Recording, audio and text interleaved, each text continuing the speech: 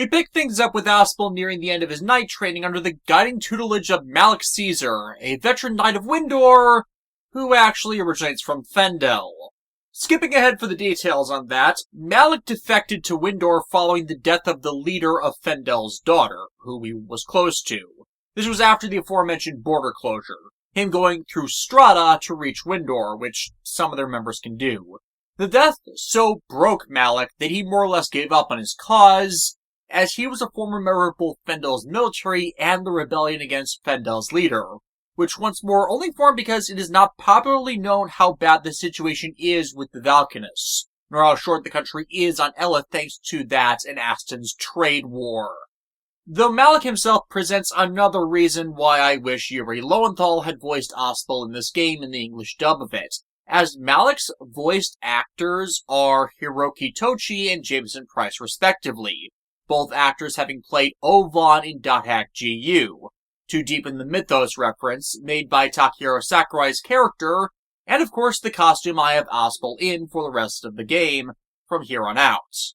Primarily because Asbel looks up to the man as both a mentor figure and how he wishes his father would have acted in actually encouraging his growth.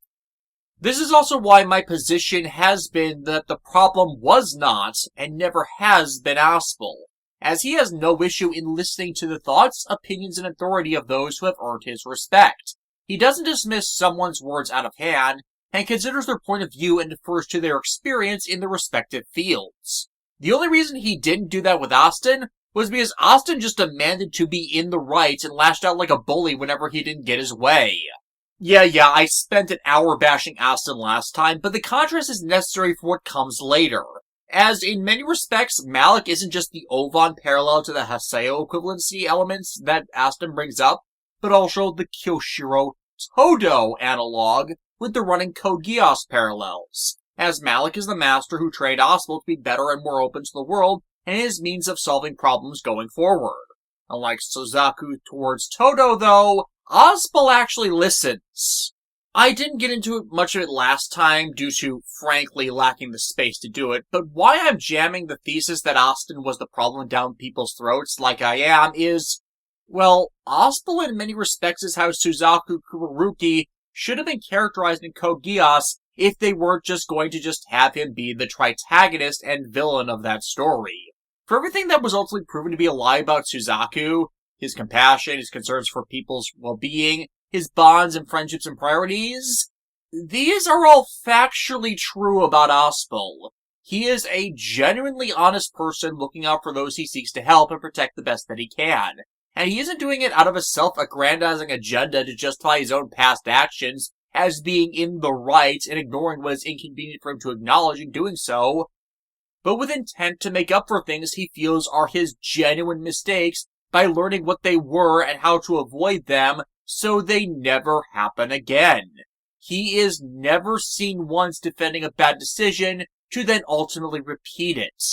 Moreover, it comes off as genuine with Asbel. Because unlike with Suzaku, Asbel is constantly plagued with self-doubt over whether his actions are the right ones. He never doubles down in believing he is the one in the right. He is always questioning even his own decisions as he himself is unsure if they were the right ones, even after he follows through in his resolution to make them. That is the honesty of self that both Suzaku and Aston lack in their portrayals. Asbel doesn't lie to himself by telling himself he is in the right. He can only do the best he can with the information and experience he has, the advice at hand, and the actions available. Me beating into the ground the scapegoating Asbel experiences all game long in the previous video was unfortunately something of a knee-jerk response to how the game executes that arc. However, as the genuine mistakes Asbel makes are time and again blown out of proportion and mixed in with what he isn't responsible for, which makes the entirety far more irritating. Regardless, Malik and Asbel are out here investigating the disappearance of the members of a town, with such being among the final tests for Asbel to determine if he is ready to become a Knight of the Realm, which Asbel isn't sure about himself. They find the village under attack by monsters, an unusual power surging within Asbel amidst the fight, and granting him new powers that are beyond the norm of those who aren't in possession of Eleth crystal-infused artifacts. Which is where I should finally, an entire video in, discuss the combat system of the Tales games, and Grace's in specific. The series likes to employ an open movement action-based system with encounter locked to battle arenas, with each character having their usual signature weapon, Asbel's being a sword, and Malik's a bladed boomerang that can double as a curved long dagger. You can chain together attack strings up to a character's given chain capacity, which can be improved throughout the game, but also refilled by not performing actions or guarding for a short time, or performing a special action such as elf-derived special attacks and techniques, which are split between the physical attack assault arts or the magic-focused burst arts. Both are learned as one levels up. Physical attacks lead into assault arts by attacking with X, and the burst arts by chaining attacks with the circle button, though the burst arts end up costing Krios attack power. Plus, if you do certain things in battle, such as not getting hit at all by enemies, you can get various bonuses to resource drops or even additional experience. Atop that is the LF gauge, where after performing enough actions, you can trigger an LF burst attack, which depending on how you use it, limit breaks the chain capacity to allow for unlimited attack chains, permits unlimited casting of magic, or can even trigger character-specific mystic arts that are learned from the titles one can gain for characters. Or in other terms, the LF gauge is the awakening system from .hack GU to a T, the only major difference being it takes a lot longer time to charge.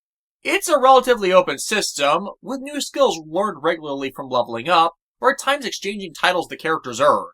Character titles are earned by flying in special events peppered throughout the game. Some are character-specific, others just require the event to play out, and some of them represent DLC costumes that can be equipped. You won't particularly stay on one title for long, as titles also level up in tandem with the character, just requiring less relative experience. And you get something for those levels, such as the alternate character costumes you can equip with them, like the aforementioned Haseo skin. On top of special skills, titles also improve character stats immensely, which ends up making them a very high-grade carryover priority for New Game Plus. Hell, when you're leveling up a new title, it's pretty easily indicated where that title is currently statted at the bottom of the character portrait at the end of battle. As previously mentioned, I'm abusing a save file I grabbed from GameFAQs to rush a New Game Plus run, so the HP stats you're looking at in this specific moment are the base stats for Asbel at level 15 if you have nearly all the titles maxed out. Even if I wasn't a bit over-leveled for this section, that base stat difference is tangibly felt thanks to this, and on its own takes the grind out of grinding throughout much of this game. And the grades on occasion give you special bonuses beyond that. Case in point, the Haseo costume. It changes the after-battle score to an audio track composed by CyberConnect's in-house musician, the ever-appreciated Chikayo Fukuda. Sophie, お前は世界をもっと知るといい。それで何を教わったの？昨日はね、あれ、教官なんで逃げるの？ Have I mentioned how much I love their music? As I so very much do. I'd feature it more in my videos, but unfortunately most of it keeps getting claimed by their music publisher Victor Entertainment. It sucks. Regardless, Asbel's power is an oddity, not one he's ever noticed before amidst his training, and it concerns both him and Malik. As they make their way back, Malik admits that Asbel is more than ready regardless of his odd power to finally be promoted from trainee to full knight. Hell, he actually puts many of the actual knights in their ranks to shame. The holdup for Malik is whether Asbel wants to ever go back to reclaim the title of Lord waiting for him, which he, even after all this time, has no second thoughts about, thanks to Aston.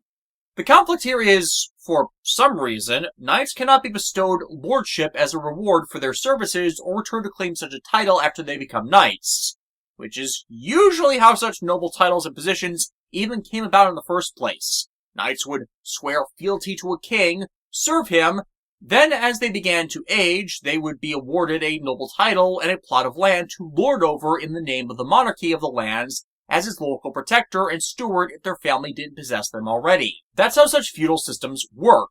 They didn't stop serving the realm in question just because they became a lord. Their service just took a different form in that they served a specific region, instead of as a formal militia constantly questing across the realm. I looked it up, and this isn't that much different from samurai within Japanese feudal systems, where withdrawal from service in many circumstances was applicable, and it was not uncommon for the children of nobles to serve in the army before returning home to manage their family's lands. I could be misunderstanding something in that, but it rubbed me the wrong way as it feels like a contradiction, and one that only exacerbates the ongoing problems about how the game handles Asbel's arc. ありがとうございます、教官。今後ともよろしくご指導お願いいたします。今日は無礼講だ。どんどんやってくれ。俺、早く一人前になって、もっともっと強くなりたいんです。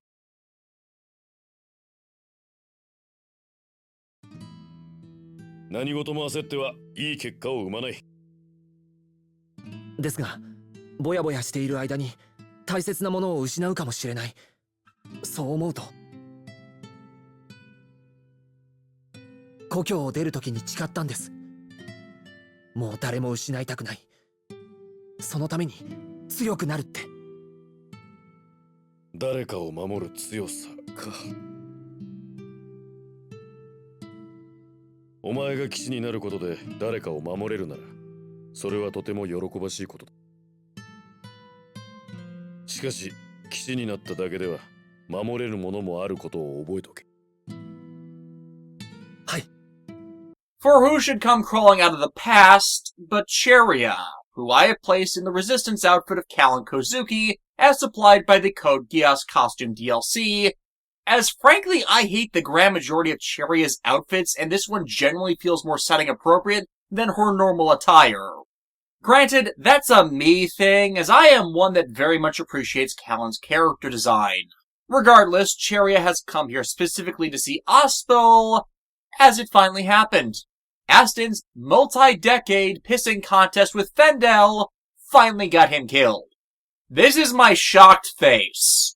And while he's already missed the funeral, Lant needs him to come back to start cleaning up the mess Aston's made. But frankly, what did they expect Asbel to do?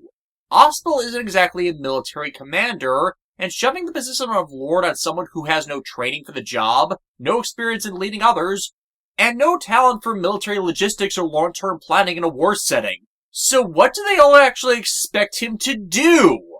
And this would all still be true even if Asbel had stayed, as Aston didn't let Asbel be responsible with anything, as he just demanded obedience. Every attempt Asbel made to even try was either rejected out of hand, or used against Asbel as evidence that he wasn't deserving of a chance to prove himself.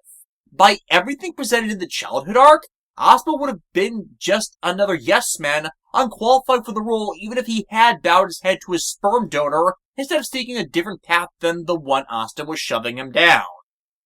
Now, to be fair... Well, to be fair... To be fair. To be fair. To be fair... To be fair... To be fair, some of that he could have gotten in his training to become a knight, as all of those are things that a knight captain or commander would be expected to be able to perform upon their appointment to those positions.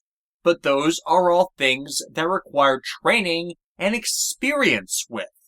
That once more by evidence Aston never once acted himself to give, and Asbel has himself not gained a chance to learn them by him not being a full knight yet. And that does have historical precedent, where if a succeeding lord hadn't already taken over those duties before the preceding one's passing, the successor was often complete garbage at it. But all that happened from everyone shoving Asbel into that role now is him unintentionally getting more people killed while trying to get a handle on a situation Aston caused, which he has never been given context to. Guess what they are asking him to do? Cheria is also here to formally request the assistance of the Royal Knights in dealing with this, something Aston has not done just out of sheer stubborn pride. But once again, the political mess Aston stepped into over a decade ago is still going on, as much of the Royal Knight Force is currently controlled by Richard's uncle Cedric, due to the continuing decline in health by the king. It's so bad that even with Asbel still buried the royal signet ring of the monarchy, that he and Cheria are not allowed an audience with anyone involved to obtain that help. They're on their own. Malk instructing Asbel to go on behalf of the knighthood to provide a first-hand account of the situation, which Malak hopes will help sway their leadership. The trip back to Lant is awkward to the both of them. Asbel expecting things to not be that much different since Cheria stayed in a town that never changes, while she in turn has held a grudge all this time after Asbel left. Thus she acts cold and distant to him. Moreover, now Cheria can fight on her own. her illness having vanished after the event 7 years ago to leave her the strongest non-soldier she knows. In combat, Cherry is shown to fight with knives, but she also possesses the same power as Asbel to freely manipulate Eleth into magic, though hers is more based around healing magic as the team's designated white mage. 7年も経てば人は変わるわ。それと私自分の身は自分で守れるからモンスターが出ても心配はいらないわ。 I'm a healer, but the situation has deteriorated massively since they left, however. Because Austin's entire leadership style was, do as I say, none of the remaining guard force or soldiers left in Lance know the first thing about what they're supposed to be doing. And as such, civilians such as Cheria's grandfather, Frederick, have gotten caught up in this and taken prisoner. As Cheria's grandfather was the Lance family butler, and quite frankly had to be the only positive male role model Asbel even had growing up, Asbel has a vested personal interest in saving him, which is in line with his reasons for becoming a knight, to protect everyone important to him. よく見ればあの頃とは違うわ。なんだかアスベルだけが7年前から時間が止まっているみたい。俺だけ変わらないか。そうかもしれないな。どういうこと？俺は7年前の自分を悔いているんだろうな。だから俺はまだあの時なくしたものを取り返したくて。やめて。もうあの子はいないのよ。帰ってくるわけないの。 About that, after rescuing Frederick from some Fendel forces, we see why Fendel has been winning this latest border skirmish. They have freaking walking tanks now, and nothing Lance guards can muster can stand up to them. Asbel leads a retreat, trying to subvert their charge in the city by leading them off the cliff face at Lance Hill, even though such is little more than a suicide maneuver, and Cheria chooses to follow Asbel in following through with it, leaving Asbel cornered on the cliff once more, with someone he cares about in danger. そんなのは嫌だ。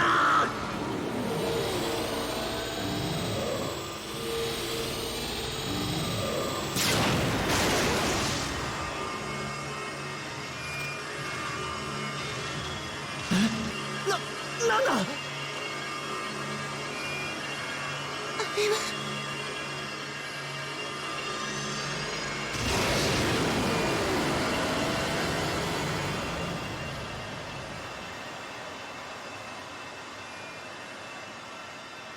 まさか。ソフィー。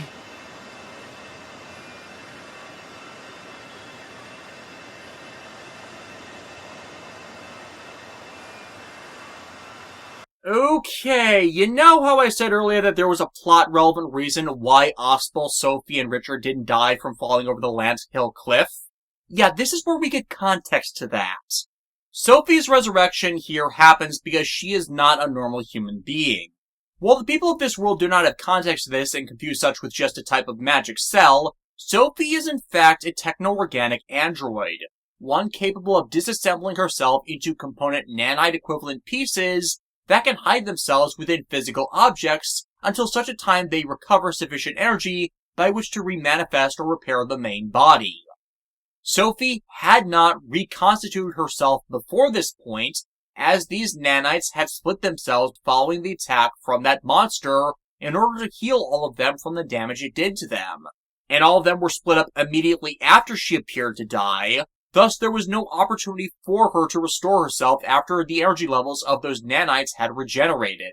Hell, even now she's still not all back together, as her memories were stored in the nanites that are with Hubert, who isn't here. But even then, she still does have echoes of the time she spent with Asbel 7 years previously. And that day after the fall off the cliff, Sophie had unconsciously used her nanites to heal the damage Asbel and Richard suffered from the fall, as that's an automated system she possesses to heal humanoids around her. Sophie's nanites and their ability to channel Eleth are also the reason why Asbel and Cheria have developed strengthened bodies and special Eleth-derived powers without them needing to use Eleth crystals to cast them.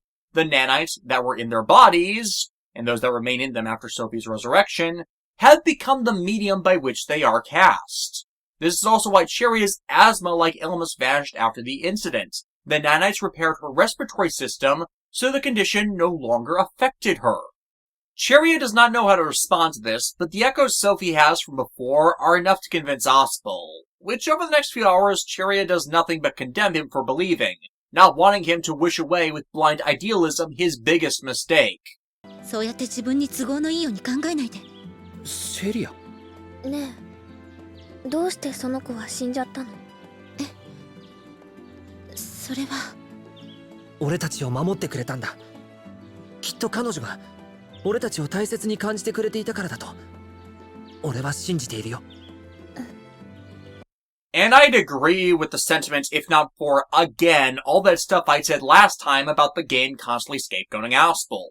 If this was lining up with Asbel being the Suzaku allegory as originally intended, I'd agree by the proxy of making a character who screws over others by never accepting the consequences of his actions be forced to acknowledge them, as is directly indicated by this line here being said by literally everyone who hates Suzaku.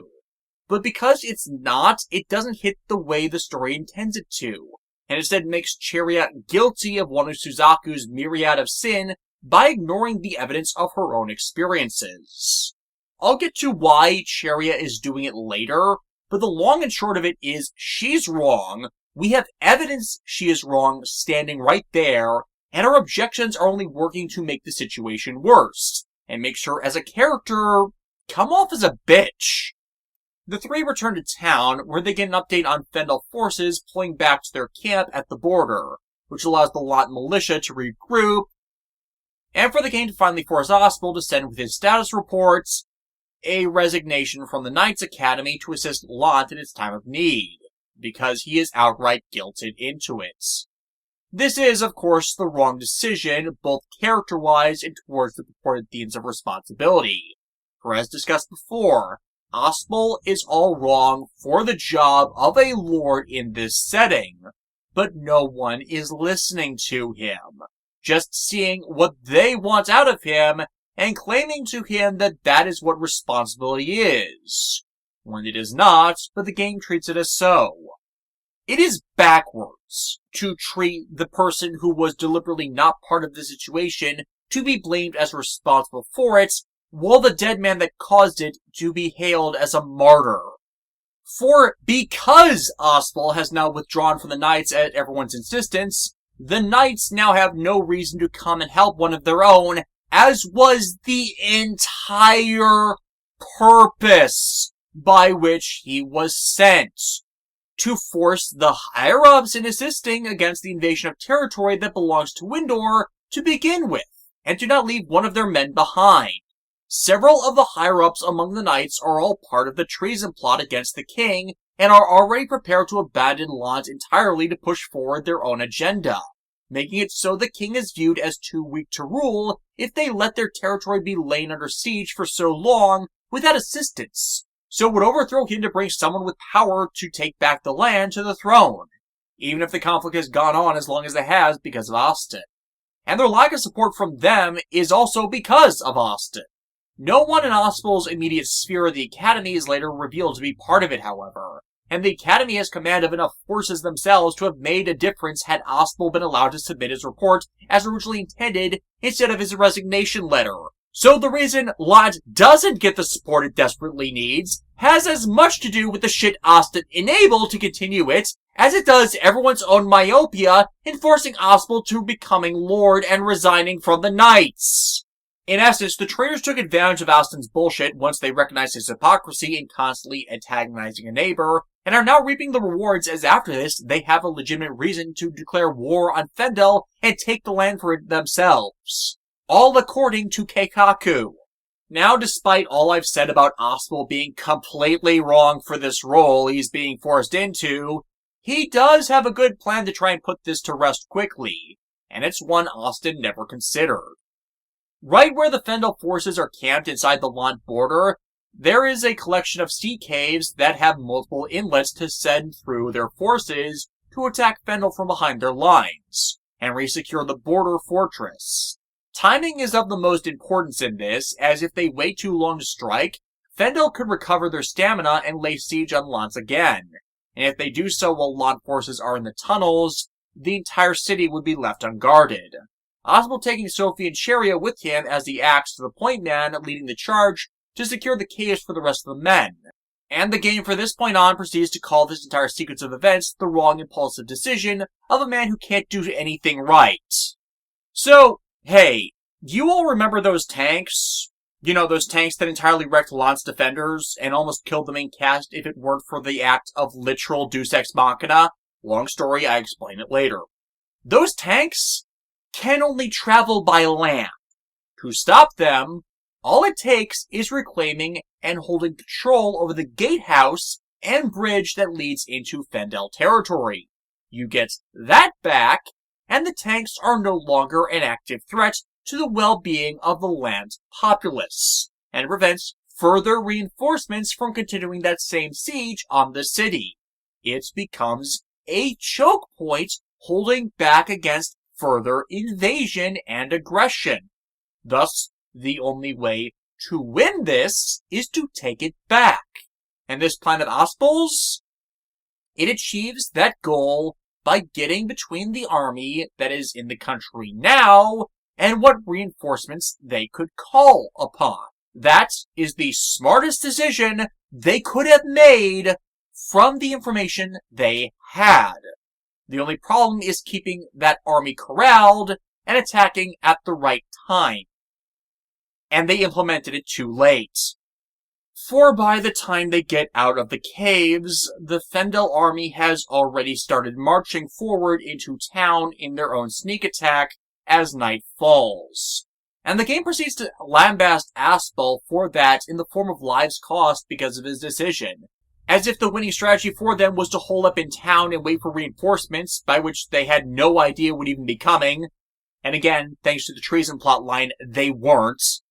And barricading themselves in the town had no guarantee such would work either, and likely would have resulted in more casualties from everything they knew at the time, because none of them would know when more tanks could arrive to just bombard the town to kill everyone from a distance if the gatehouse stayed in enemy hands.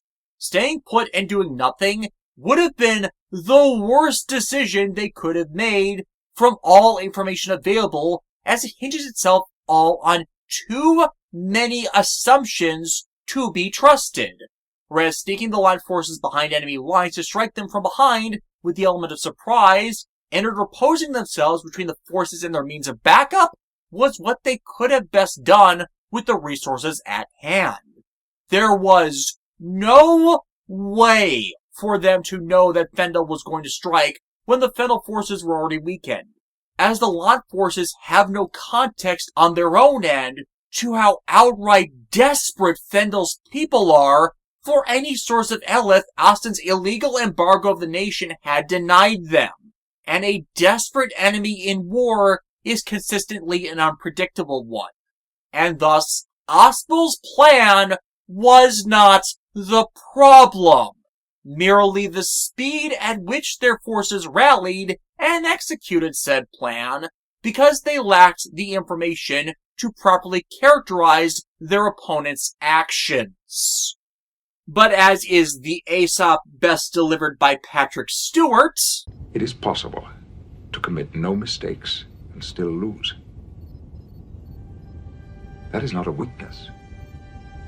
That is life. I miss when Star Trek was that poignant.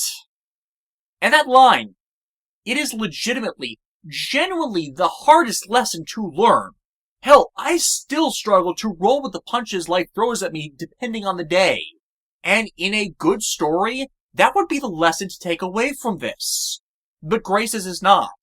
For this event is supposed to show Asbel's incompetence at leadership because he left.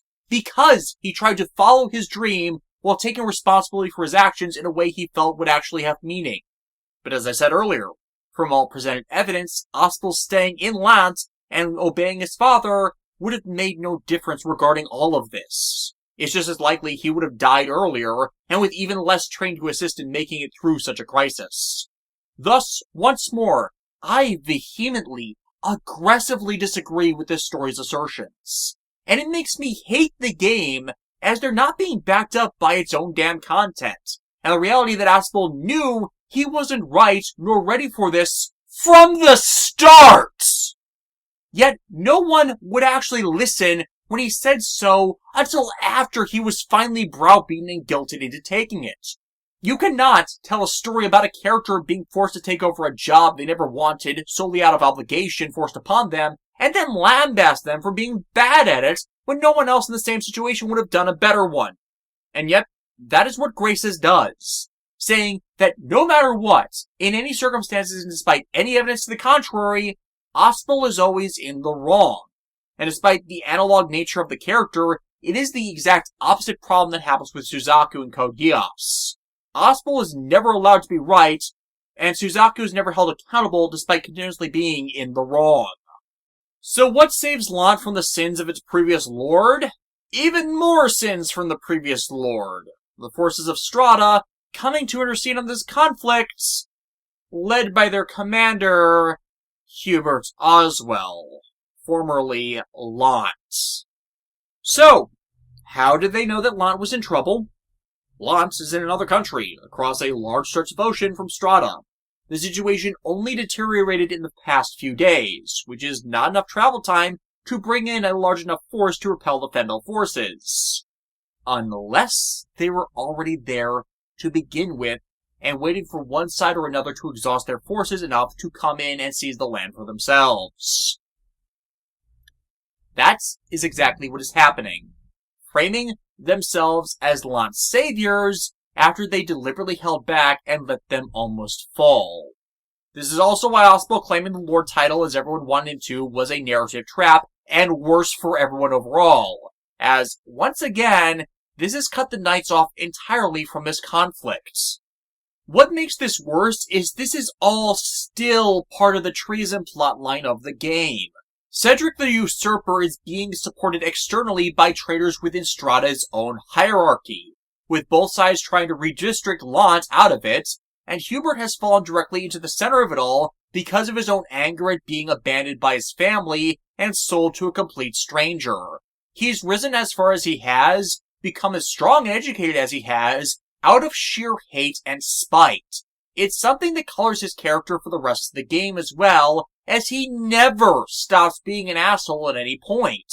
And worse, plays up his existence as the victim to garner sympathy for himself and to present himself as the better choice over his brother, while never once stating that his father made the wrong choice, all to engender the loyalty of the people to him while convincing them to abandon Asbel and eventually throw him out of town. Who has said, gave up everything he had at their insistence, even the things that would have helped them. No joke, Post-timeskip Hubert is the single worst character in the game. I cannot fucking stand the guy and his holier-than-thou attitude and outright spite, as like everyone else he blames Asbel for everything, absolutely everything, his father and a lesser extent mother was responsible for doing to him, which even he acknowledges as the truth. Hubert, それはお父様がお前の将来を思って。今さら聞きたくありません。あなたたちは僕を捨てた。それだけです。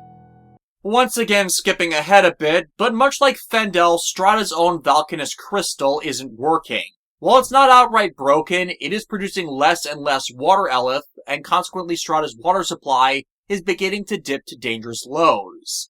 They can enhance their capacity to keep water in liquid form with the assistance of more wind eleth crystals that Lance is the sole supply of, thus why they sought to assume direct control over the territory, and its eleth is seen as a necessity, because neither Windor nor Strata know that there is a problem with all the Valkanist crystals that are causing this.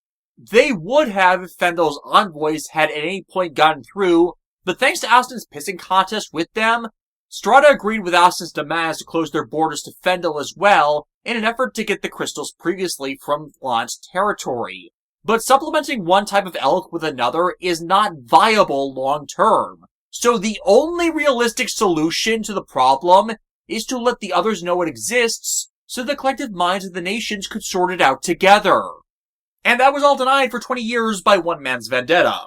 It is the primary cause of everything affecting everyone in this game, bar the stuff that relates itself to Sophie, which is a secting intersecting tangent involving the crimes of Sophie's mother. and it is the one Asbel spends the rest of it cleaning up. But yes, Hubert has been given sole command of the Lant area by his superiors among both the Strata government and the Trazen faction of Windor.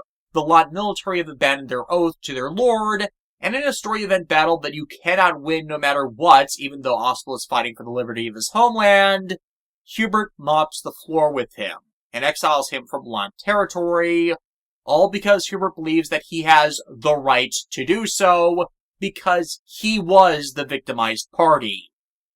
So, there is an explanation for why Hubert can beat Asbel like a drum here that doesn't buy into the discarded son was more deserving view that this event is trying to frame it as.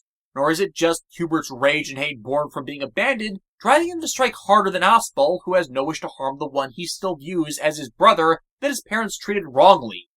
Oh no, it's much simpler than that.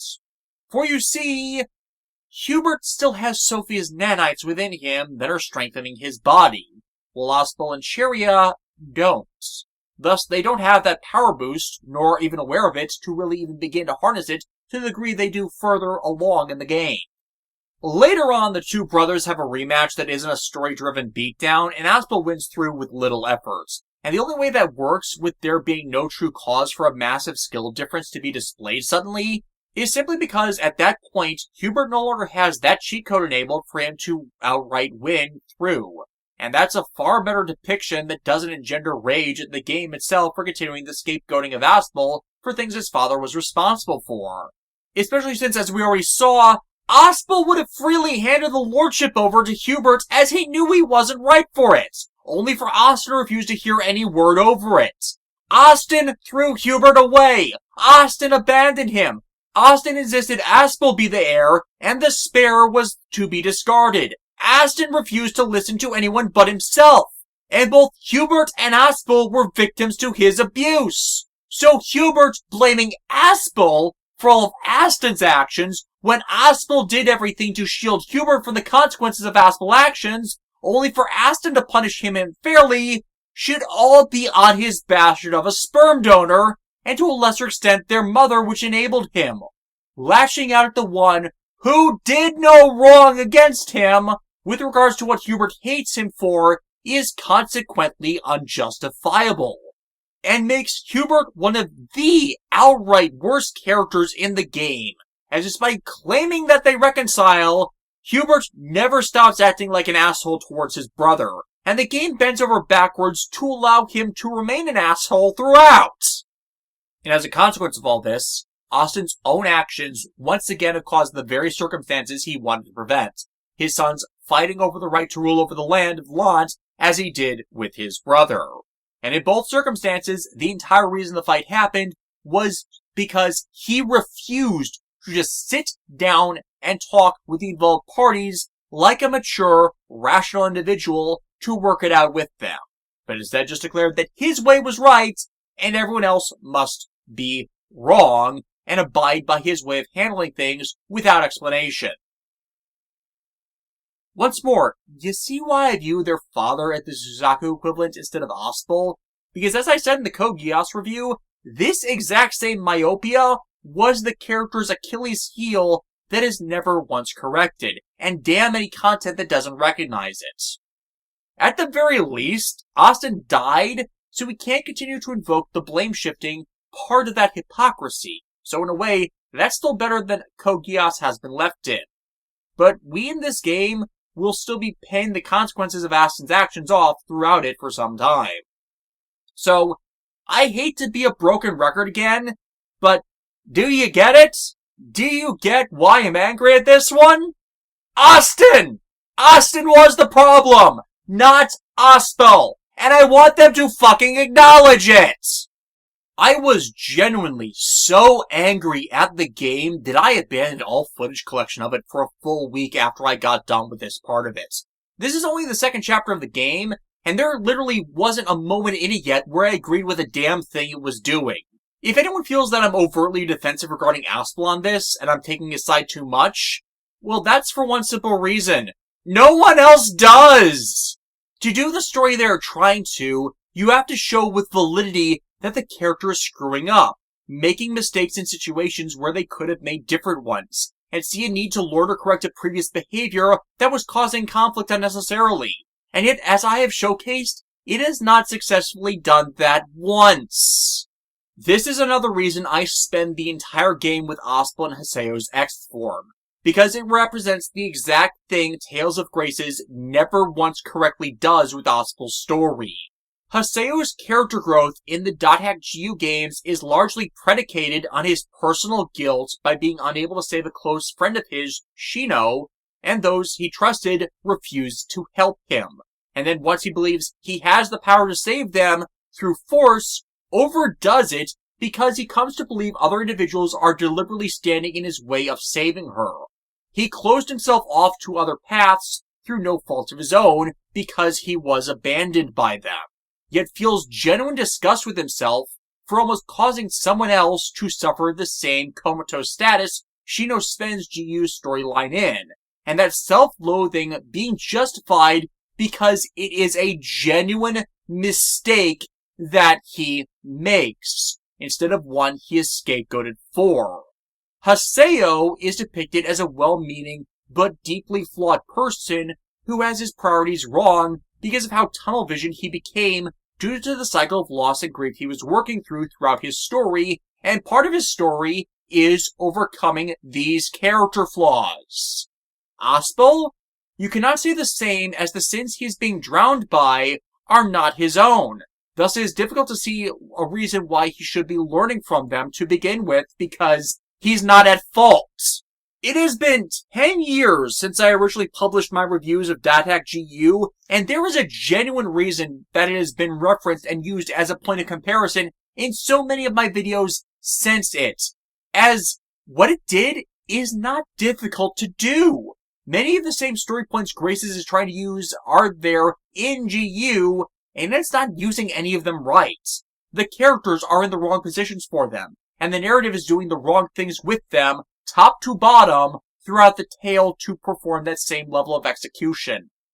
Sophie is the only one that stays with him throughout this, for once more, though she doesn't remember yet why Asbel is important to her, she nonetheless feels some connection, some contract with him. And that's more than she can feel for anyone else in Lant, despite Asbel himself feeling entirely worthless amidst his... The all is lost moment! 何一つできやしないんだ。俺はあの頃も今も。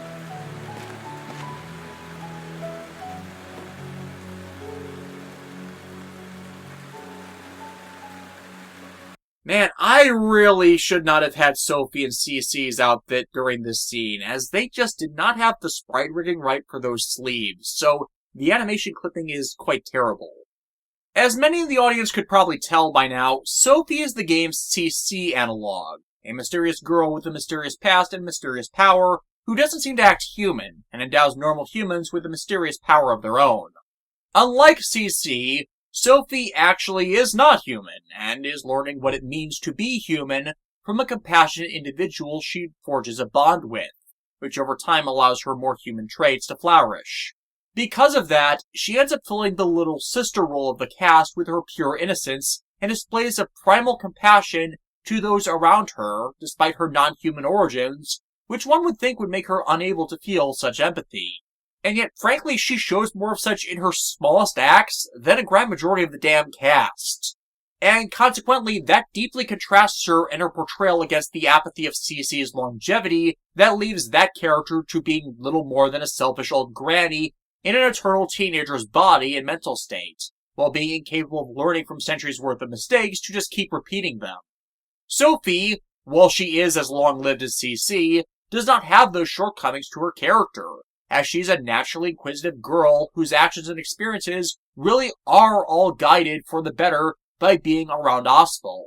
It makes her become one of the most endearing aspects of the game with their interactions, as her personal growth is a reflection of the best of Asbel and the role of responsibility he accepts in being her older sibling, or alternatively, a father-daughter dynamic that develops between them due to how Sophie herself does not normally age, yet Asbel does.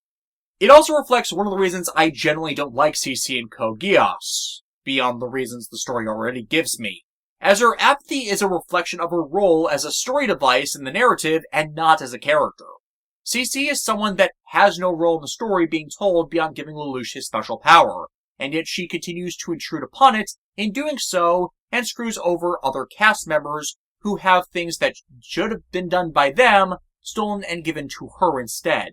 And as much as Grace's gets me angry, Sophie is something Grace's does 100% right, for she does have a role in the story that makes her the deuteragonist of it and the female main lead, standing right beside Asbel throughout. Whereas that is something Code Geass never justifies with CC, despite proclamations to the contrary. Moreover, CC's actions continuously follow a pattern that isolated her contractors from their comrades and loved ones that would lead them to turning their backs on that individual, until she herself decides to ultimately abandon them. Such being one of the reasons why the later movies declaring, "this time it's different," was an empty declaration from a character that showed no evidence of change. And yet again, the reverse is true with Sophie, for as presented right here, even without her memories to guide her and inform her why Asbel is important to her, she is the only one that will not abandon him when everyone else does. The stress of the last day catches up to Asbel in more ways than one, him collapsing in sickness, only to awaken when two knights part of the treason faction come to kill Asbel. For as said, this is all part of the coup plot, and Hubert taking Lant was the final trigger needed, as with Lant out of the way, the king has no one from the outside to call upon, and was killed.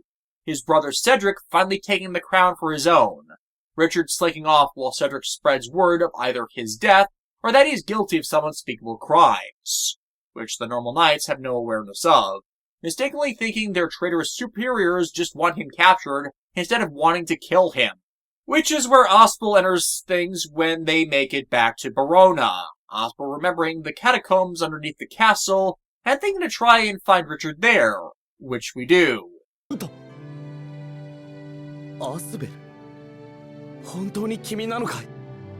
こんなところで君とまた会えるなんて思わなかったよ。Hey, Richard, you've got something red in your eye, and I haven't even equipped Lelouch's character costume yet. Unfortunately, breaking into the royal sanctuary as we did alerted Cedric's men to where Richard was hidden, but he's just grateful to have his first and only friend back, and on his side. A pity then that the two have still only had, 2 days interaction in the entire time they've known the other. It's too flimsy a ground to base such a strong camaraderie on that it would last and stay strong 7 years later. Again, to do the Code Geass contrast with the two via the proxy of Lelouch and Suzaku, Lelouch spent the better part of a year living with Suzaku alongside Lelouch's sister before they were separated, and Lelouch had a complex about losing people that made him be deliberately blind to his best friend's willfully ignorant malice until it was too late. The same cannot be said for Richard and Asbel, as in scenes that follow this, despite spending the last 7 years in Verona training to be a knight, neither has seen the other around the city even once, not even for official functions where a trainee knight might be present alongside the royalty they serve. It's a bit of a logical and narrative gap to justify what comes later, even if Richard's character is once more shown to take several cues from Lelouch in how he generally values bonds he has and refuses to break them unless he has no other choice. But yeah, because of their promise from their youth, Asbel and Sophie are the only ones Richard feels he can trust, and like Asbel, he can sense the genuine difference of Sophie from other people to believe that the one with them is the original, just with her memories missing. So with the two as his guards and companions, they use the catacombs to escape from Verona, and head to the adjacent prefecture where Richard believes they can gain military aid to reverse this coup, and also possibly seek additional medical aid for Richard, for he is shown to be having some form of attacks that affect his health and well-being, and are slowly driving him insane.